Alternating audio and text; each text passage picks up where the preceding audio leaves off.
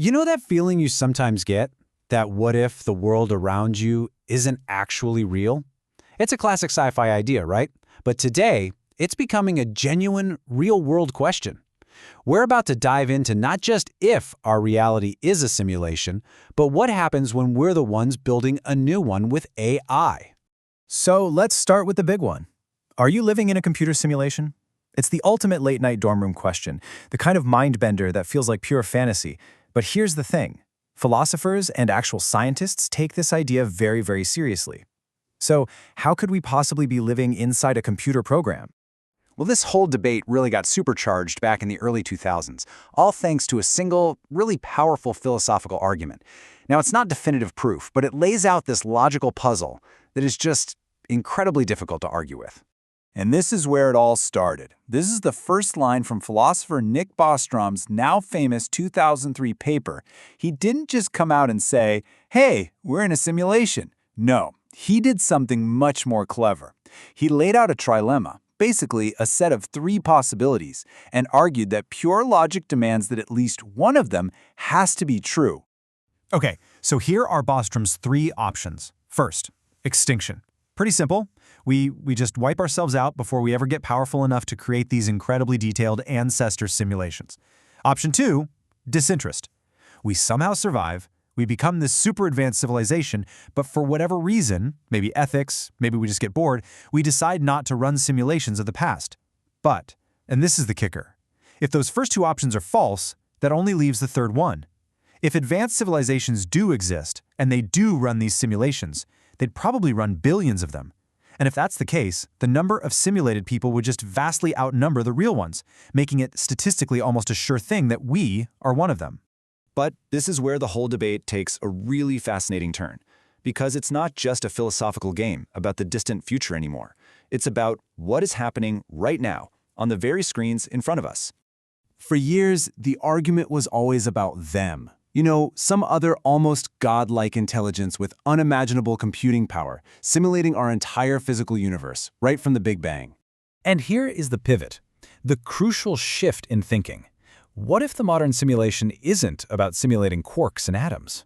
What if it's about simulating the information, the images, the voices, everything that shapes our perception of reality?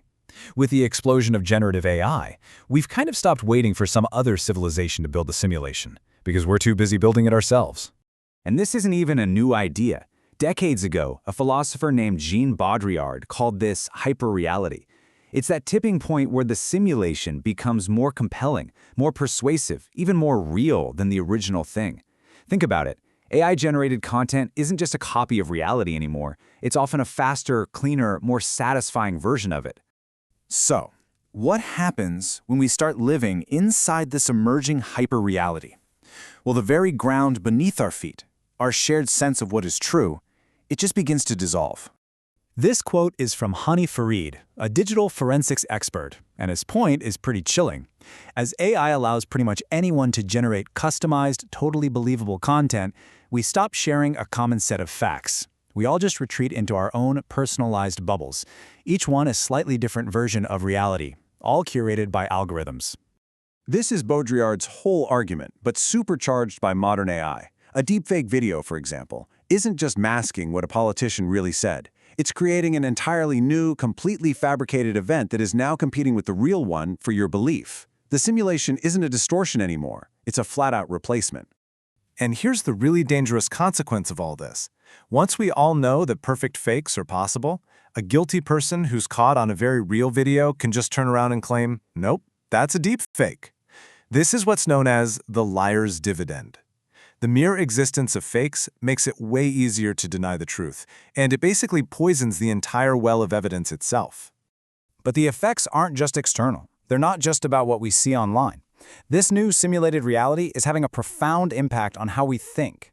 It's actually changing the very structure of our minds. What this creates is a really dangerous feedback loop. As AI starts to homogenize culture and information, we all start to think a little more alike.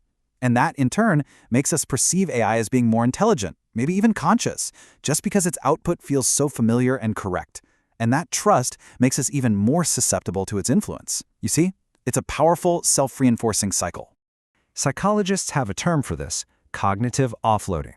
It's kind of like how using a calculator all the time might make your mental math skills a bit rusty, or how using GPS everywhere might weaken your own sense of direction. When we constantly rely on AI to summarize, to analyze, or to create for us, our own critical thinking muscles can start to atrophy. Okay, so look at this number. Negative 0.68. I know it looks pretty abstract, but it comes from a recent study measuring the direct impact of AI on our minds. And in the world of statistics, a signal this strong, that's a serious warning sign. So what does that warning sign mean? Well, it represents a significant negative correlation.